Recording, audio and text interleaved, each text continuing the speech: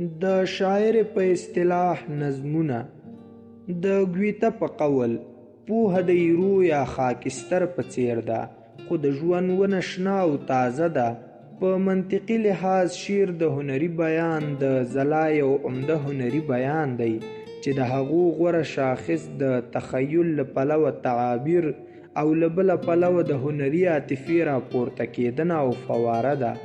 ارسطو شعر ته مخیل کلام وایي او د هغه معیارونه په عمده توګه وزن او قافیه نه یادوي.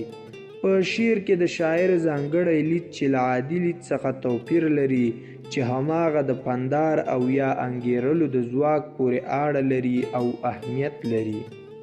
وایي چې یو کلیوال ښار ته راغی او په هر ځای کې د شاعر یادونې، د شاعر مجسمه او د شاعر نوم ولیده او بالاخره شاعر یې ماښام مهال له ښاره بهر ولیده. نو له هغه یې پوښتنه وکړه څه سبب دی چې ته دومره مشهور شوی یې؟ شاعر سپوږمۍ یا هلال ته اشاره وکړه، ورته ویې ویل هغه وینې؟ کلیوال وویل نه.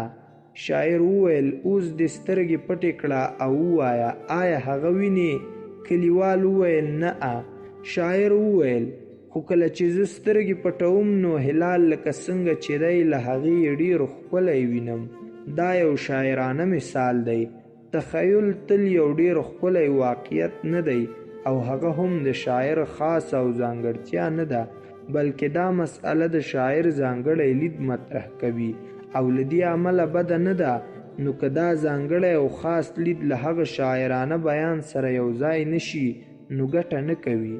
نو د خیال انګیزه او خیالور بیان د لرلو لپاره له عاطفې ډک شاعرانه او د شاعر له ځانګړي لید ځانګړې ارواپوهنه لازمه ده چې له شکه پرته له لرې حساسیت سره یو ځای ده، هغه څه چې د شاعر د هڅو کړاوو سرچینه ده. یو ډولوالی او یو رنګوالی د شعر په تعریف کې سمه نه ده. دا خبره چې وایي له دویمې نړیوالې جګړې څخه وروسته شعر د لوړ شعري جوهر لرونکی دی، د تعامل او د زیات بحث وړ دی. مارکس یادونه کوي چې پانګوالي نظام شعر نه خوښوي. دا سمه ده، خو زموږ په دوران کې د پانګوالي په عامل سربیره د انقلاب او اوښتونو عامل هم چې د شعر پرستش کوي اغیز لري. زموږ په دوران کې د دې شک نشته چې یو خود کېدونکی او له جوشه ډک حرکت په شعر کې موجود دی. زموږ دوران د علمي، فني، هنري او ټولنیزې خبرتیا دوران دی. د نن شاعر په ډیره بیداره او له پوهاوي ډکه فضا کې شعر وایي. هغه څه چې شعري جوهر نومیږي شاعرانه لید، مخیل بیان، قوي عاطفه ده. که د تفکر له جوړښتونو سره یو ځای شي کولی شي شخص ستاینې ته راوبولي. په اوسنۍ زمانه کې د کلاسیک شعر هغه بنسټونه چې د ساتنې وړ دي دوې برخې دي. یو د شعر وزن او قافیه ده او بل د موضوعاتو ساتنه او دوام. او په اوسني شعر کې د کلاسیک شعر بڼې یا اشکال دي. البته د وزن او قافیې په باره کې مسله حل شوي بریښي، په دې معنا چې د نن ورځې په شعر کې حتمي عنصر او ځانګړنه نه ده، خو د موزون کلام له خوند نه هم سترګې نشي پټېدای. په دویمه برخه کې د طبیعت توصیف او یا د کلاسیک شعر توصیف. دا سمه ده چې بې ځایه تکرار او یا د زړو اشکالو تکرار زړې مفکورې موږ ته څه نه راکوي، خو که دا تصویرونه په نوي ډول او نوي بڼه وي نو بیا خو خوندوره ده. په دې اساس د نویو شاعرانو هڅې چې غزل، مثنوي او نوي قطعات وړاندې کوي که په هغې کې د زمان روح غځونې وکړي نو بې ځایه هڅه نه ده. دلته خبره څه ده؟ خبره په هنري تفکر کې ده. هیګل په هنر کې په هنري هیجان ټینګار کوي چې وکړای شي د هنري بیان ځانګړنه ولري. هغه څه چې د هنري موضوعاتو له هغې جملې له شعر څخه غوښتنه کیږي نو سنت ته پاملرنه یا نوښتي خلاقیت په تجریدي او مطلق شوې بڼه د کار اساس نه دی او د محتوا اهمیت ځای نه نیسي. سره له دې چې د شکلي ځلا او موضوعاتي جریانونو ترمنځ یو تناسب موجود دی چې کله هم د شاعر د ناخبرۍ شعور نه راپورته کیږي. نو اوس چې کله د شمایل نظمونو ته راځو چې زیاتره یې په کلاسیک فورم کې حذف کړي دي. البته شمایل ځینې شعرونو ته د نظمونو نوم ورکړی دی، خو زما په نظر هغه نظمونه نه بلکې تمام عیار شعرونه او له لوړ تخیل څخه برخمن دي. دلته اړینه ده لږ څه د شعر او نظم په توپیر وپوهیږو. شعر په عربي ژبه کې پوهیدل او احساس کول دي. په اصطلاحي معنا هغه کلام دی چې مرتب وي، معنوي، موزن وي، خیالور وي، چې په هغې کې مفکوره، احساس او عاطف د شاعر د کلماتو په قالب کې په ښکلې توګه بیانیږي. د ارسطو په وینا هغه اغیزمن او مخیله خبره ده چې په زړه کې شور راپورته کوي او د غم او یا د خوښۍ حالت د انسان په دننه کې ایجادوي. خو نظم په لغت کې یعنی د کلماتو پیل او په اصطلاح کې هغه موزن او موقوفي کلام دی، سره له دې چې کیدای شي د احساس او عواطفو او تخیل بیانونکی نه وي. په دې اساس هر شعر نظم نه دی او هر نظم شعر نه دی. ارسطو هغه څوک و چې د موزن کلام او خیالور کلام او هغه کلام چې یوازې وزن لري توپیر کوي او دویم ډول یې په شعر کې نه شمیري. اوس راځو د شاعر د کلام بیلګو ته. شاعر غزل هستوي، خو غزل یې نوی او د دې زمانې ځانګړنې لري. غزل یې د شاعر د دروني حالت هنداره ګرځي، داسې هنداره چې د هغه اروايي کړاو، ستونزې، د ژوند ناخوالې، جداوالی، د خپل ماشومتوب د دوران یاد ته راوړل، ټول او ټول یې مادي او فزیکي تجسم پیدا کوي او د کلماتو په خښتو د شعر دنګه ماڼۍ جوړوي. پاتې دې نه وي چې ځای ځای خپل درد د اساطیرو په اوږو هم باروي او هغو ته بیا ځلې تجسم ورکوي، لکه لاندې غزل: په تحقیر زما د ذات داسې عشق غواړي زما د جانان ورکه، لکه غواړي حذیقي ایل د لبنان ورکه. شوله مانه استانه د ریحان ورکه، پسې ګرځم په زمین او اسمان ورکه. په ځیګر دې اواره شومه جان ورکه، ما راونغاړه زما په ارمان ورکه. په پورته ابیاتو کې حذیقي ایل نبي د لبنان ورکې ته اشاره ده. دا استعاره په پښتو ادب کې تر اوسه معموله نه ده. په کتاب المقدس کې لولو چې د جلاوطنۍ په 11 کال د 3 میاشتې په لومړۍ ورځ د خدای کلام پر هغه نازلیږي. ورته وایي: ای ادمه، د مصر بادشاه فرعون او د هغه ټولو ګڼو خلکو ته داسې ووایه چې په لویې کې ته خپل ځان له چا سره برابر ګڼې. ورته وایي چې تاسو د تکړه اسورو په شان یاست، کوم چې یو وخت د لبنان د یادونې په شان و. د دیاردوني سمبول یو اسطوره‌ایي استعاره ده چې ډیره لوړه ښودل شوې، چې ری آن وریځو اسمان ته رسېده. د ځمکې د اوبو او خاورې نه یې تغذیه کوله او بیا د ځمکې تل ته ورځي او په خاورو کې ورکیږي. که په لنډه یې ووایو، د حذیقي ایل داستان د مهاجرت داستان دی. دلته د ژوند پای داستان هم تداعي کیږي. د بېوطنۍ ژوند، یوازیتوب او د ژوند لوړې ژورې تل انسان فکر کولو ته رابولي. د هغه تیر هیر ارمانونه را ژوندي کوي او بیا وایي: مګر عمر تیر و خو ژوندون نشته. شاعر له ژوند څخه د یو لوړ او عالی ارزښت هیله کوي او په هغه نامه یې پیژني. زموږ د کلیو ملنګانو هم دا عبارت تل تکراراوه چې بس د مرګ لپاره ژوند کوو. شعر لولو: لمودونه مې قرار او سکون نشته، مشتری مې د دیار او افسون نشته.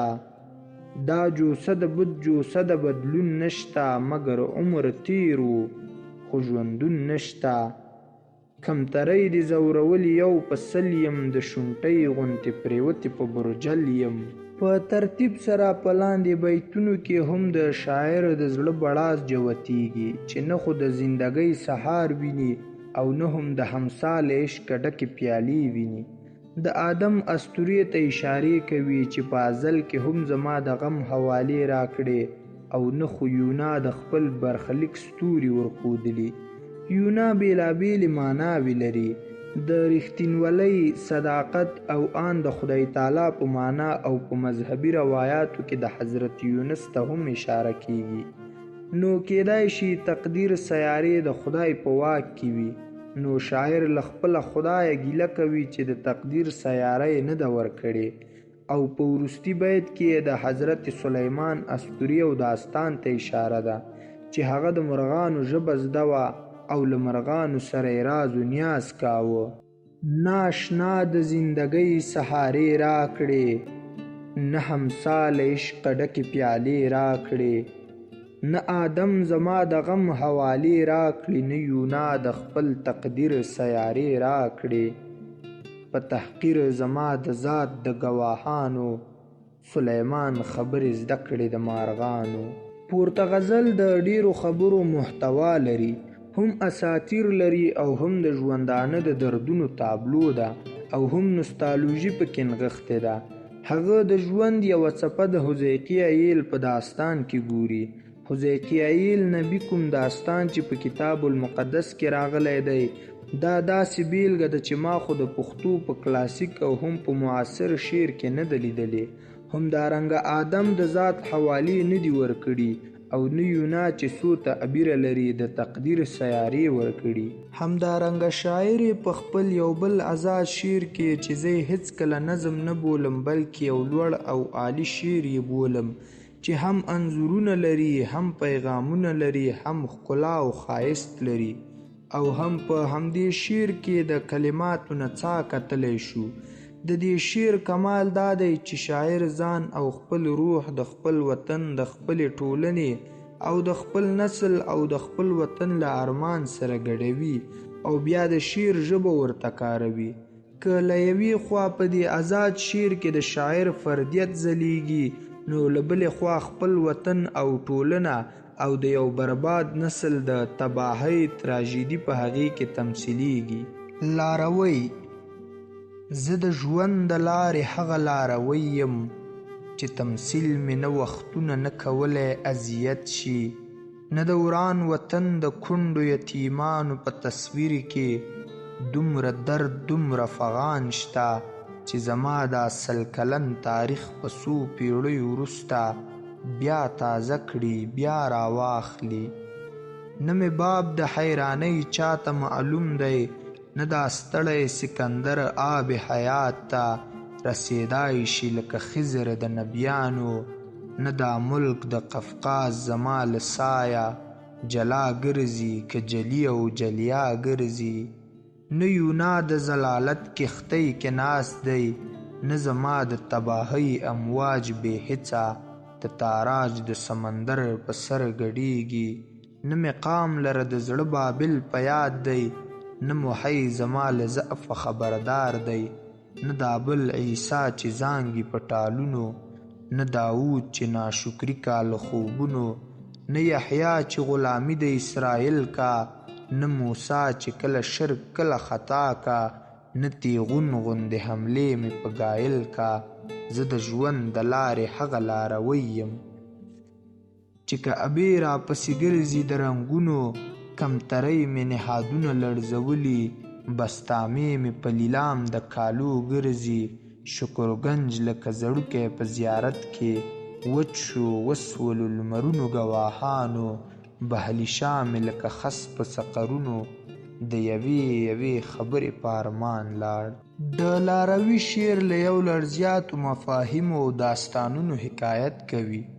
د سکندر آب حیات، ملک د قفقاز سایه، نه یونا د ضلالت کښتۍ، د تاراج د سمندر پر سر ګډېدل، د عیسی زنګېدل په ټالونو، د داود ناشکري، یحیی او د اسرائیل غلامي، نه موسی او کله شرک کله خطا، بستامې، شکرګنج او نور. ګورو چې د لاروي شعر کې هم د ابراهیمي ادیانو مشهورو داستانونو ته اشاره ده او هغه ترخې پیښې د استعارې په توګه د خپل وطن په اړه او د شاعر له ژوند سره په رابطه کې انځور شوي، او هم د اسلامي تصوف مشهور داستانونه لکه د بستامې، بایوزید او د شکرګنج داستان را اورول شوي دي. سره له دې چې د لاروي شعر د غزل په فورم کې نه دی خو د آزاد شعر په فورم کې دی. په ټولو مفاهیمو کې د شاعر هم د ژوند او هم د خپل وطن د یتیمانو څیرې انځور شوي دي. دلته نو نشو کولای چې د شعر په ټولو یادو مفاهیمو سپړنه وکړو ځکه کیسه اوږدیږي، خو که هر مفهوم لکه د یونا د ضلالت کښتۍ، د عیسی زنګېدل په ټالونو او یا یحیی او د اسرائیلو غلامۍ داستانونه را نقل کړو، نو د چا خبره چې مصنوي 72 سیر کاغذ می شود. شعر او نوستالژیا. کاش ستا له غمه لور په لوري زیل بندیم، د شهۍ په شان داغ په خپل تندیم، نه می خوب نه می آرام نه می سکون شتا، لکه عین چې له سروره سوګندیم. ګریوان څیرې په ناله کې ګرځومه، په تاراک کې په ژړا د خندنیم. زړه مې خم د تورو وینو دی نیولی، له ژوندونه زاره چاودې کفرانیم. څه به وایم چې څه وایم څه به وایم، څه به وایم چې څه وایم څه به وایم، چې سیرابه په خپل خون لکه میهندیم. دوړېدلې په صحرا لکه شجره وای، کاش چې لنډ مې دا منزل او دا سفر وای. نوستالژي او د شعر هنر یو له بله سره یو ډول عاطفي او احساسي اړیکې لري، یا په بل عبارت د دواړو د هستېدو لپاره یوه منبع موجوده ده او هغه د انسان روح او روان دی. نوستالژي او احساس د یو خوټېدونکی او راولاړېدونکی احساس چې د انسان په روح او روان کې په څپو راځي. دا احساس باید د خپل ظهور لپاره بستر پیدا کړي، د خپل ظهور لپاره او د خپل منډې او ځغاستې لپاره باید واټ او ډګر پیدا کړي. د دغه احساس د ظهور او څرګندېدنې لپاره ښه ډګر او ښه واټ هنر او په خاص ډول د شعر هنر دی چې وروسته په موسیقۍ کې هم ځلیږي او اغیز خندي. د تیر ارمان احساس د شعر په هنر کې خطر غځونې کوي او په خطره توګه رابرسیره کیږي. دا ځکه چې د شعر طبیعت همداسې دی چې د انسان د خفګانونو بار په اوږه کولی شي. شعر هنر دی، دا هنر د ښکلا ستایونکی او د ښکلا پنځونکی دی، منطق نه دی او د ریاضي علم هم نه دی. شعري هنر داسې څه دی چې له مخه جوړ قالب کې نه ځایږي، بلکې د هستېدنې په مهال د یوه داسې سیند بڼه غوره کوي چې په غورځنګ راځي، په څپو راځي، او هغه څه چې د شاعر په حواسو تنه وجود روح او روان کې وي په تیره د هغه خفګانونه، تأثرات، غمونه او دردونه په شعر کې رابرسیره کیږي. انتخاب. ما چې اظهار د محبت ورته غزل کې وکړو، هغه په تراړو شونډو وویل چې ښه انتخاب. لږ مې راکم شلو د سترګو نم د زړه اضطراب. په ویرانو باندې مې زیری په محل کې وکړو، یو لادوا طبیب مې راغی د مستۍ هجوم ته. زما نصیب یې وورکړی لیوني ماشوم ته، چې سر تر پایې لړلی و په غم او عذاب. فریاد مې ځکه د نامرادو په محفل کې وکړو، سرتورې سڼې ولاړه د بازار په منځ کې، د خپل دیار په منځ کې خپله غوغا مې خرڅوله په نرګس او ګلاب، د اذیت په سراب. د تیرو ګزار مې په ځیګر په محرم کې وکړو، ځان ته مې ځای د توپانونو په منزل کې وکړو. له دې کمه ژوندانه لا تر اوسه په افسون یم، له دې کمه ژوندانه سوی زړه لکه نیلون یم. ژاړم سر په زنګانه لکه وران چې مې تعمیر وي، پاتې تور لکه بابل او پریوتی مې تصویر وي. تورې شګې د ساحل راچاپیر مې په مسیر وي، شړل شوي ابابیل لالهان د باډي وکړم ستا د سترګو بلتانه. زنځیرونه مې پراته دي په جوسه په لړمانه. زه له هاغه غمه ژاړم چې نشته تصور، هاغه رنګ او رخسار غواړم چې پراته دي په سقر. خاغ د هغه شجر داړم چې ترې جوړ مې دی منبر، هاغه مزی لنډومه د یادونو په یانه، چې تاو شوی لکه لام دی خور د مستې په باڼه. آینه لکه پړق د آینې مې شو د مل او سنبل رنګ، په خرابې اشیانې مې شو زرغون د غزل رنګ. لکه تور د باچاهانو نازنین او ناز پرور شوم، لکه ویر د دل فروشو د جومات او د منبر شوم. حاسدانو دور ګوهر کړم د غرض په دریاهونو، فریبانو لالهزار کړم د ساده محبتونو. آینو کې مې بدل کړو سریندو مکمل رنګ، د جل رنګ د سراب رنګ د صحرا رنګ د محفل رنګ. هاغو سترګو کې خدای وینم چې نه پیژنم خواب، هاغه زبرګې ښکلومه چې عصري دي د عذاب. هاغو لارو کې وږمه شو د قاصد او د لالي، چې تر ننه پکې سوځي د رختي سپاندې سپېلني. په صلیب باندې ټالۍ وهي زما د اوربل رنګ، د عشق رنګ د مستۍ رنګ د مکان رنګ د محل رنګ. د آدم قصیدو کړمه د شهرونو لیونی، د مادم کوم ویرونه هر تصویر کې لکنی. تور دودونه مې تاویږي له جسد نه پنهاني، په ګوګل کې مې شرنګیږي زنځیرونه عقلاني. د شبنم څاڅکي کې ډوب شو د زوړ شوي خلل رنګ، د تیر رنګ د عین رنګ د تصویر رنګ د سنبل رنګ.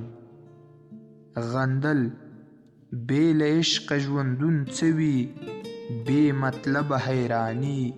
د قضا د سپي لکۍ ته وړل کمڅۍ دي دلالي. د فنا په تصور کې خپل تصویر خاورې کول دي، په لاله په صنوبر کې له تقدیره تښتېدل دي. تغافل څه خبرې مې په زړه کې له مودو راسې تاویږي، زوروي مې په لمانځه کې او ساګانې مې ډوبیږي.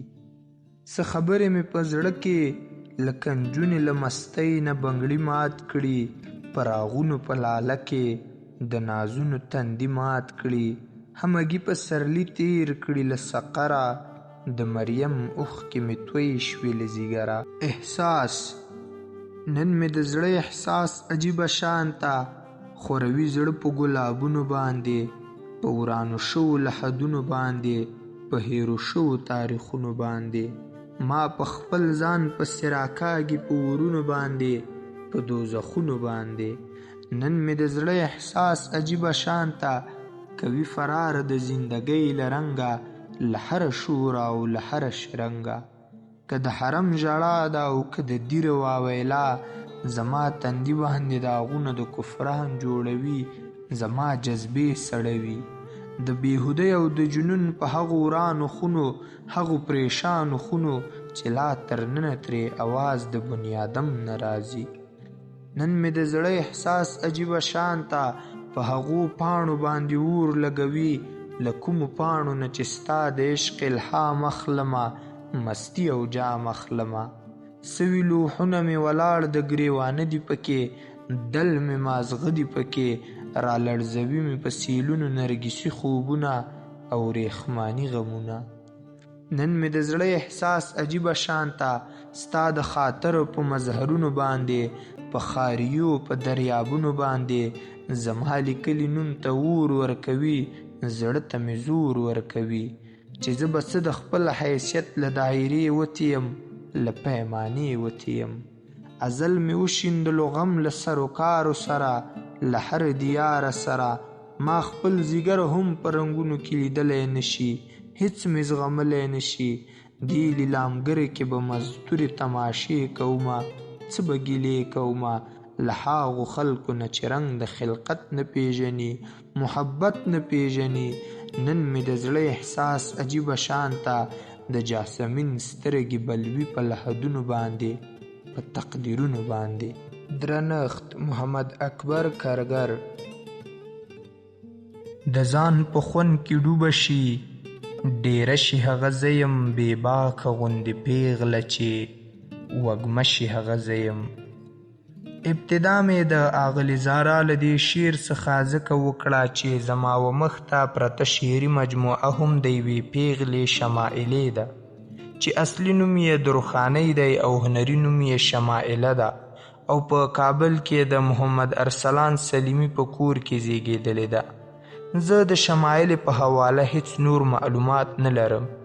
نه، ما دا له نږدې نه ده لیدلې، خو ما د دې لوړ فني شخصیت د دې په فنپارو کې لیدلی دی. له ما سره د دې د فکري تخیل د کوانټیټي او کوالیټي یو معیار شته. د هغه د کتهارسس له اړخه د دې پر فن خبرې کوم. لوی شاعر هم هغه وي چې د خپل فن د لارې خپل ځان معرفي کړي. دا ځکه هم چې یو نقاد د ډیره نږدې د ادب مطالعه کوي. زه دا برملا وایم چې معیاري ادب د ژوند معیار هم لوړ ساتي او د دې معیار د ټاکلو لپاره تنقید یوه ښه پیمانه ده. په ادب کې د غیر رسمي تنقید ابتدا افلاطون کړې او د رسمي یا رده ابتدا ارسطو کړې ده. موږ ته د تنقیدي ادب په حواله ارواښاد راز بابا ډیر څه ښودلی دي او که ارسطو د هومر او ایمپیډوکلیس ترمنځ فرق واضحه کوي، نو دغسې موږ ته راز بابا، فیض الوهاب، پروفیسور حنیف خلیل، ارواښاد قلندر مومند او نور ډیر د خوشحال بابا، شیدا، حمید بابا او غنی د شاعرۍ په باره کې ډیر څه راښایي. راز بابا به ویل چې د معیاري ادب د معیار د ټاکلو لپاره د ښه او تعصب څخه پاک او مثبت نقاد وجود ضروري دی. شمائله له وطنه لرې ضرور ده، خو د سټیټ په رڼاګانو او مصروفه ژوند کې ورکه نه ده. له دې سره تر شا پاتې د ځپلي هیواد او ولس غم مل دی او دا خپل ځپلی احساس یې تل داسې اشعارو ته لمسوي. د کونډې رنډې جنګ او سوځېدلې درې، واړه تحفې دي د عرب او عجم راشه. راته مخه شوه د ډېرو بې حسینو، د ننوا غوندې زړه شوم بتخانو کې. د شمائلې ځانګړتیا، ځانګړنې او ادیبانه طرز ته چې ګورو نو د شمائلې شاعري تلوسې لري او احساس لمسونکې ده. چیرې چې مینه، لطافت، عنایت، رومانیت، ننګ و پت ډیر ښکاري، که څه هم د فکر بېقراري لري، خو په قلم کې روانې نغمګۍ، حسن ذوق او جامع تراش خراش ته. شمائله د کلام په هیت ماهیت کې یو زړور او بېباکه قلمي توان هم په مخه راځي او برجسته انداز یې د کتلو دی، لکه یو کهنه مشقه نابغه شاعره چې وي. یو چا راته ویل زه د قاتل وم نور لاړ، کوټه پیسې راکړې د کوثر په کنارې.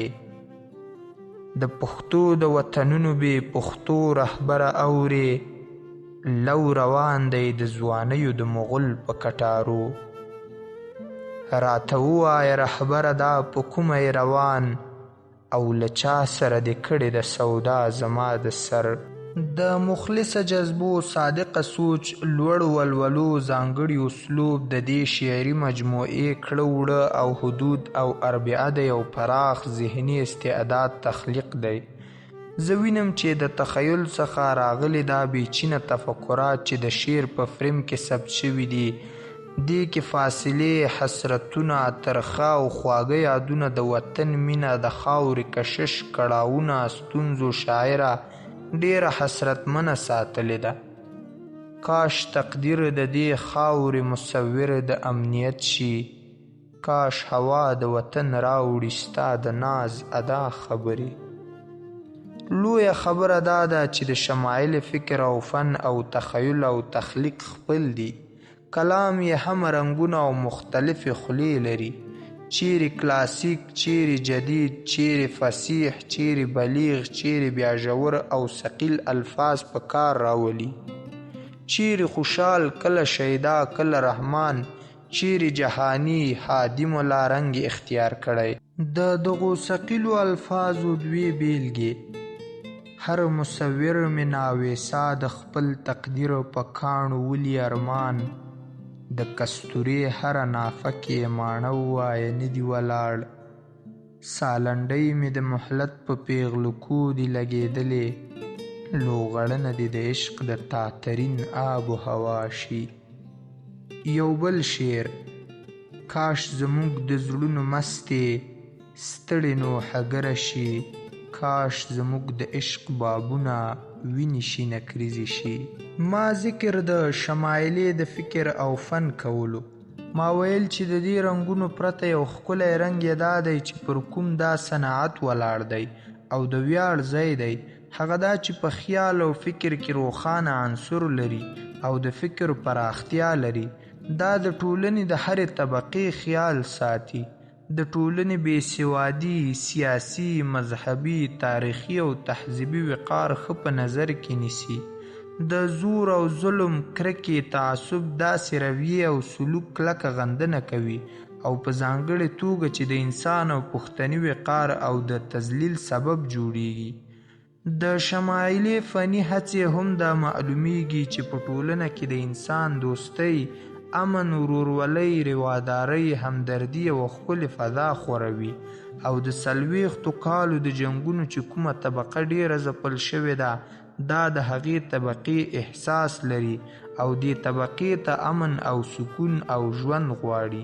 په هیڅ نرخ و رواج د کمیدو ماتېدو نه یې، علاج دې رانه هېر دی د جانان د زړګي زنګه. ادب یو افاقي حیثیت لري. شمایلې په خپل فني استعداد سره دې مقام ته ځان رسولی دی. نقاط هم باید د افاقي په حیث ارزښتمن په خپل کار کې غیر جانبدار پاتې شي او د فنپارې له خلق سره په پراخ زړه سره انصاف وکړي. زه د شمایلې د فن پر ګرامري اړخ خبرې نه کوم، ځکه اول خو یې کلام پر هر طول او وزن پوره دی، دویم دا چې فکري ځلا یې دومره اوچته ده چې سترګې پرې بریښ کوي. د شمایلې د فني اثارو صنایعو به څه وایم؟ د دې فني استعداد لوړ او ډیر شتمن دی. دا چې څه ویني، ګوري او محسوسوي، دا په لوی هنر سره د خیال له کینوس نه د کاغذ مخ ته راوړي. د شمایلې سره موضوعات بې شمیره دي. دا د فکر په هدف پسې د الفاظو ملغلرې په ډیر لوی هنر سره وړي. خیال زما دی ستا په عشق د مجنون بالاتر، دی په تا باندې شیدا خو صورت نه لري صنم. تورې سیلۍ د عداوت یې لارې ونیولې، نن د جرس د قافلې و بې زبانه روان.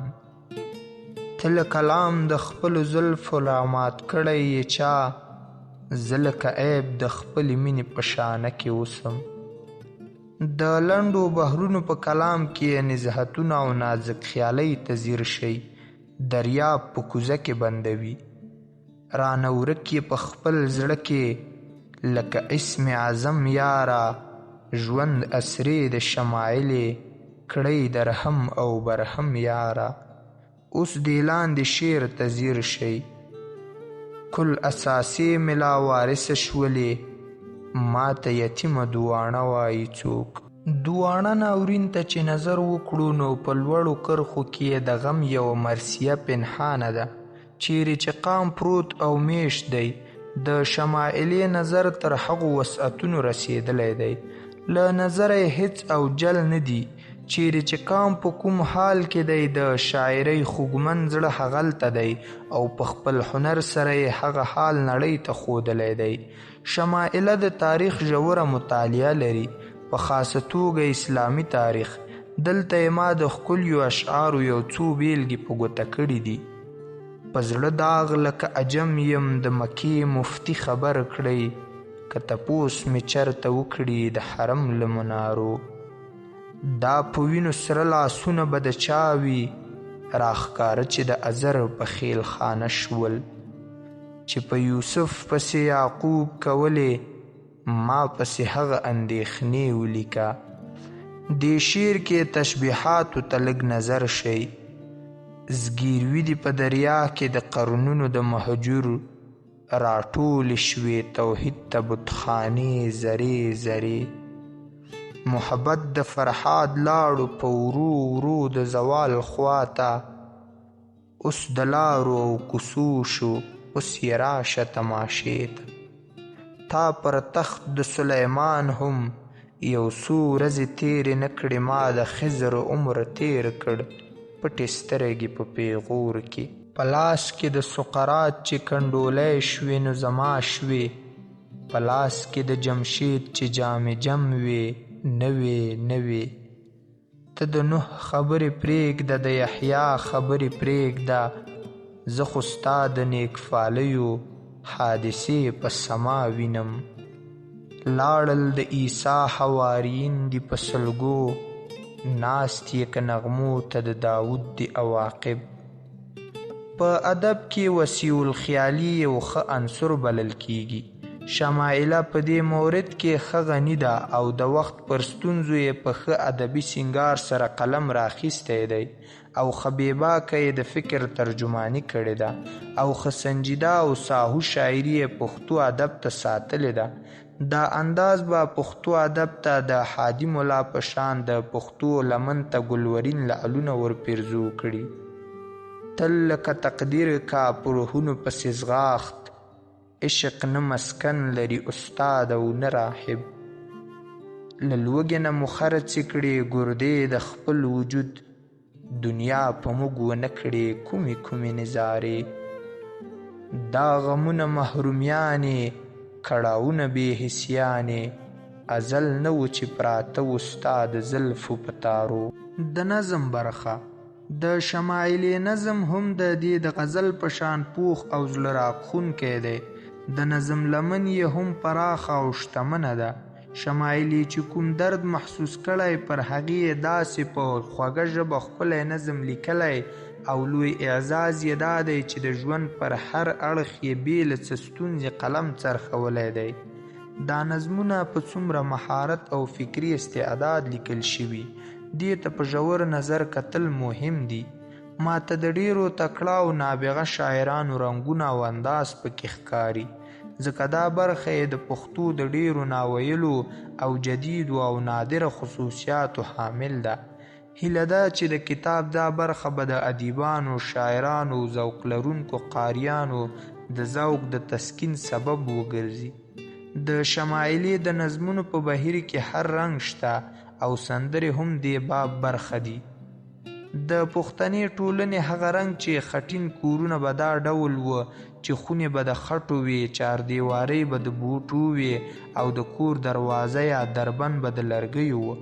دا ځکه چې په ټولنه کې به د خلکو ترمنځ امن، مینه، ورورګلوي او باور او د اطمینان لوی حصارونه و. شمائله د داسې ټولنې په لټه کې ده. دا ځکه چې ډیره موده وشوه چې داسې حالت رامخته شول چې مینه، امن او باور له منځه ولاړ او پښتانه په فرقو، مسلکونو او پردیو مفکورو او مسلکونو او نظریو په نیزو سره بیل شول.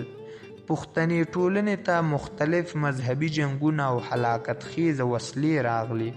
د پردیو جاسوسي شبکې او د کرکې له امله په خپلو کې دوامداره نښتې راغلي. د هرې فرقې ځان ته جوماتونه جوړ شول، د جنګیالانو مدرسې رامنځته شوې، دغسې قام پرسته هم د مفکورو او مفاداتو له کبله وویشل شول. دغو بدل شویو حالاتو د شمائلې هم زوړ کلاسیک او رومانټیک انداز له منځه یوړو. د مزاحمت لړۍ چې له خوشحال څخه را روانه وه او پر ملا سلام عشیزي شلېدلې وه بیا را ژوندۍ شوه. له حالاتو سره په شاعرۍ کې جدیدیت رامنځته شو. شمائله هم له دې بدلونونو بچ پاتې نه شوه. شمائلې جدید رنګ خپل کړی، د وخت جبر، ظلم، منافقت یې ښه په ګوته کړی، خو د ښځینه فطرت له سببه یې د مزاحمت بیرغ پورته نه کړ. د هر چا خپلې مجبورۍ هم وي، خو شمائلې چې د منافقینو په ضد چې څرنګه د قلم توره چلولې ده دا د تحسین وړ ده. موږ ویلی شو چې شمائله د قلم ملاله ده. اوس یې د یوه نظم بیلګه ستاسې مخې ته راوړم. یو له یو ګنبده لاندې، بل د بل ساحل په غاړه، د اوږدو اوږدو تسپو په زنځیرونو، زنځیري د هغو خلکو ایمانونه چې خندان دي هم په شهر هم په شاړه. پنجپیری د خپل تهذیب قصیدې وایي، بریلی د خپل پټقي په کیسو ستړی، لوټوي د ساده رویو ایمانونه. مرمد د یو منسوخ داستان شروع دی، له خصنیو سازنده بویه قامونه. ژوند د دې فرقه بندۍ له برکته، هر ګلشن کمین کمین سنګر سنګر کړو. د دې خلاصو او کاذبو کتابونو مشتریان ورورکي د جهان دي، مجنونان د تابوتونو د کانه دي، میراثیان د استحسان د ارګانه دي، مذاهب لیونی شوي پښتانه دي. اشوب کربلا راغله په وطن زما، سیلاب راوخوت په مسکن زما. له تیغه تیر شو هر ریبار او یار، په وینو سور شو هر ملن زما. مخکې وایي له خپل وطنه په سلګو راغلم، د تورو غرونو په سرو راغلم. لکه ارواح د قتل شوي ژوندون، د خپلو وینو په ولو راغلم. دا د افغانانو د هجرت نقشه وه، یو بل نظم سانده کې د وطن د بربادۍ غم ژاړي. د سحرګنه سیمه وطن مې وران شو، باغوان مې ووژل شو، چمن مې وران شو.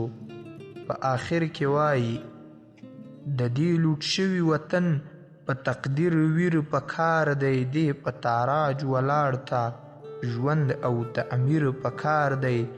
د دې روان فرعونیت باب او تشهیر په کار دی. قصور یې نه دی معلوم، گلشن مې وران شو، باغوان مې ووژل شو، چمن مې وران شو. د شمایلي آرزو شوه په قرنونو زړه، د جهنم دا حصه له اوره نه شوه سړه. دا د ګوندونو جګړه، دا د حزبونو جګړه، له مانه څه غواړي نور؟ هر فن مې وران شو، باغوان مې ووژل شو، چمن مې وران شو. وخت نظم د ګلرنګ له پریشانۍ نه، د صحرا له حیرانۍ نه، د غاټولو له محفله د بېکسو له اوربله، د صنم له ودانۍ نه چې څه اورم اذیت دی، چې څه وینم مذمت دی. زړه نظم خدای هغه زړه مې تنګ شو، چې یو بحر د مستۍ و، یو جهان د بېغمۍ و، یو داستان د عاشقۍ و. د هاړ کودی زما بخت د هاړ کودی دی، په لیمو کې مې ګل شوی لکه واوره په ګداز یم. دا خاورین ګلاب په ما کې د ژوند هغه ریښې ریبي، چې سیراب مې پرې فلک د درد او غم دی. په ګواهي نظم کې داسې وایي د سنګدلانو د سماج خونریزي هم پیژنم، په لحدونو کې پرته خاموشي هم پیژنم. د کونډو رونډو د کاله په غوغا هم پوهیږم، د ګل رخسارو د زیارت په ژړا هم پوهیږم. په انکار نومي نظم کې داسې وایي هو ما انکار کړی و له هغه ژونده چې په سرو وینو مې رنګ لیدلی، په سیرابونو کې و، په ګلابونو کې و. هر هغه څه کې و چې ما یې تماشه نه غوښته، که په جامونو کې و، که په نازونو کې، که غربتونو جهیمونو او شهرونو کې و. هو ما انکار کړی و. په تحقیر زما د ذات داسې عشق غواړي زما د جانان ورکه، لکه غواړي حذیقي ایل د لبنان ورکه. شوله مانه آستانه د ریحان ورکه، په ځیګر په زمین او اسمان ورکه.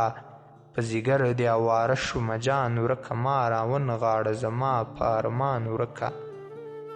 له مودونه مې قرار او سکون نشته، مشتری مې د دیار او افسون نشته. دا جوسه د بد جوسه د بدلون نشته، مګر عمر تیر و خو ژوندون نشته.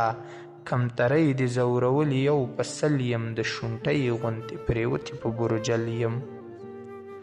نه اشنا د زندګۍ سهارې راکړې، نه همسا له عشقه ډکې پیالې راکړې. نه ادم زما د ذات حوالې راکړې، نه یونا د خپل تقدیر سیارې راکړې.